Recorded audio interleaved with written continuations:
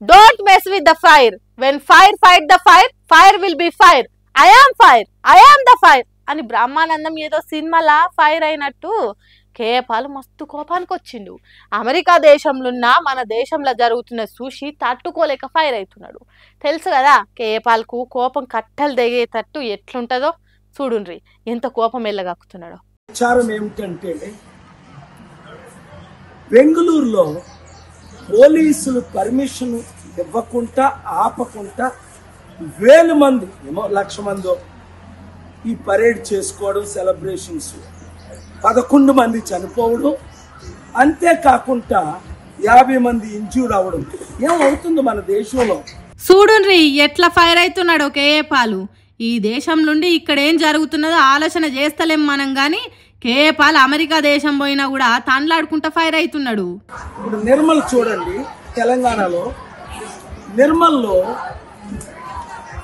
ఒక రైతు బిడ్డ ఎంఆర్ఓ ఆఫీస్కి వెళ్తే పోలీస్ ఆఫీసర్ ఆయన ఎత్తుకొని వెళ్ళడం, ఒక దొంగనో టెర్రరిస్ట్నో తీసుకెళ్ళడం బాలేదు.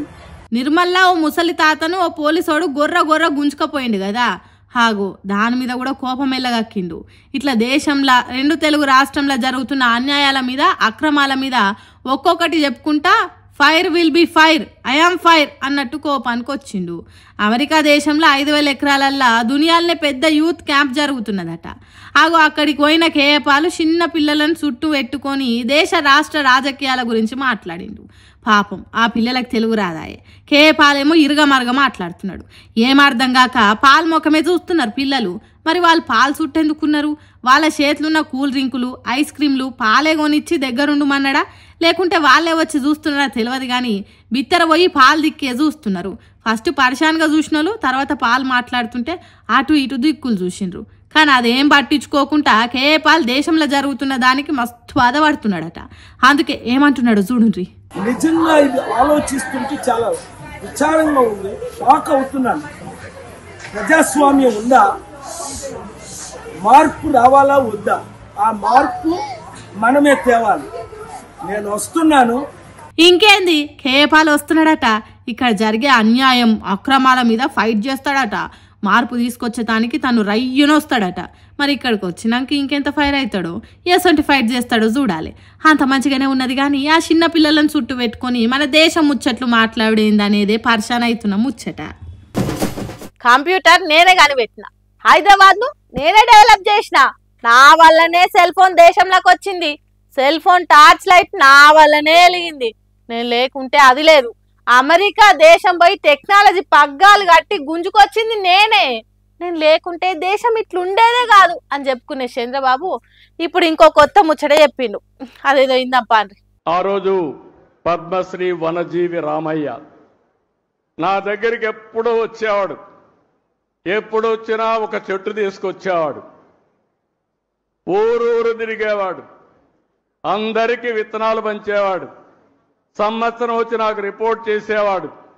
నేను ఈ కార్యక్రమాలు చేస్తా ఉంటే ఆయన ఎప్పటికప్పుడు ప్రోత్సాహపడి ఉత్సాహవంతుడై రోజుకు ఒక మొక్క నాటేవాడు.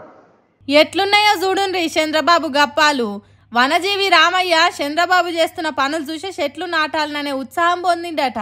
అప్పటిదాకా రామయ్యకు ప్రోత్సాహం అనేదే లేదట. ఇక చెప్పుండ్రి, జనాలు చంద్రబాబు చెప్పకుండానే చేసిన పనులు ఇక ఏమన్నున్నాయా? అన్ని చంద్రబాబే చెప్పిండట.